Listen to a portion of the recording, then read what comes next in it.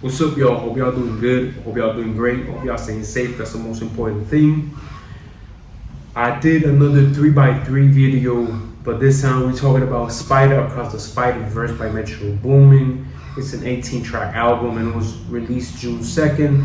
You know, June 2nd was Metro Boomin, June 16th was Gunna, and June 22nd was Metro Young Thug with the Metro version of it. So, going to this album, I decided to go with this version because there was a couple more tracks from the original one that he released when the movie came on. Annihilate, the first song of the album itself, featuring Sway Lee, Lil Wayne, and Offset, has everything this movie represents: the beat, the lyrics, and especially Sway Lee reference lines on Spidey. All the Way Live, featuring Future and Lil Uzi. Y'all remember Uzi and Future did a collaborated album, being Baby Pluto, some shit like that. I don't remember that much. And for Future has so many space for his vocals that he could have managed better, and he did manage good. But well, what I need to say, I'm not the artist or I'm not the producer, I'm not anything about the Spider-Verse. And it was a perfect beat for Lil Uzi Vert, for prime Lil Uzi Vert, for real. Danger Spider featuring Offset and JID. Has that Bad and Bougie and T-shirt notes, reverb, and change by Sino himself. And they both have a good verse on this track. Calling featuring Sway Lee, Nav, and A Boogie with the Hoodie has everybody's attention since the first day, you know, from Sway Lee's vocals and Nav's verse being the best verse. Everybody has said that it's the best verse of Nav so far. So I can't complain, you know. Nav did a great thing, but I don't think it's the best verse. I don't even know what his best verse is, but I don't think it's the best verse at this. It just hit a different vibe and song from the whole album. So if you take the song from the album, it's a different vibe of it. Link Up featuring Don Toliver, Wizkid, Beam, and Toyon, used as a commercial soundtrack more than a movie soundtrack at this point. It has more tropical beat because being referenced as Miles Morales' mother, being Puerto Rican, you know, they just put us on the map with this movie, this challenge, the soundtrack, and all that. Self Love featuring Coi Leray. People talk big shit about this song, and I need to say something to y'all. Coi Leray not being this big of an artist mainstream at this point. This song is still fire. My nigga, I don't give a fuck if you don't think this is the best song or this is a great song.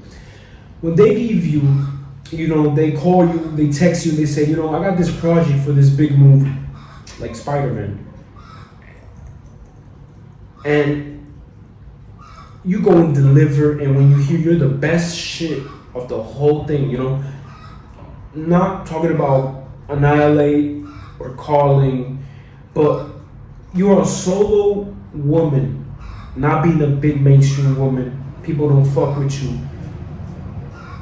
You killed it. I'm sorry. That's all you need to know. That's nothing else compared to what has happened to her. And shout out to her because she did a great fucking job on that song. Home featuring Don Toliver and Lil Uzi Vert. It's a full Don Toliver beat. Lil Uzi contributed, but still it's a Don Toliver beat. Hearing Ansiedad featuring Mora, you know, makes me understand now why he did his last album, Paraíso and Estrella, with electronic music, because he's repetitive right now and he's been out of ideas because he's been writing so many artists since 2015, 16. And his prime was, you know, 2020, 21, you know, being the pandemic. He's now like a little bit saturated, wasted, and a little bit repetitive. So it's just boring. You know, I did review his last album, Estrella, but it's still repetitive and boring.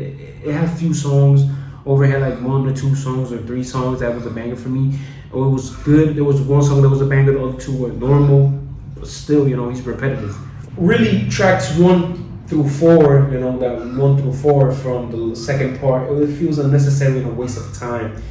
it doesn't even feel that Metro Boomin selected these tracks, or he wanted it then, or he did produce some of it, or even heard it and mastered or do some shit about it, because it's not a Metro Boomin vibe, and it's disappointing because he used Hispanics and more even important people like Puerto Ricans like Mora and Mike Towers, and neither of them delivered a good performance, good verses, a good song even, and they mixed it up with some Jamaican boom reggae, music genre. So it just went worse for them, and they just fucked it up.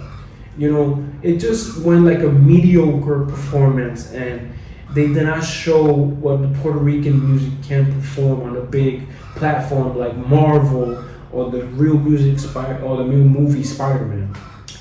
To finish, another Dimension featuring Pop Money, that was the one that needed to be in the original soundtrack, not on this one that was like a deluxe version, because this song feels like it's a Miles Morales song. If you hear this track and you put Miles Morales' imagination or his character into this song, it's completely Miles Morales, from the voice to the tunes to what he's saying and those lyrics and the flow of the whole track itself evolving on your ears. I really think this album was great, until the point they put number 1 being Mora, number 2 being Becky G, and I don't remember the other. It was something IO Star. Number 3 being being Mike Towers, and I don't remember the number 4. So imagine how bad this album really is in this part. In the comments what you think about this real album, this compact album.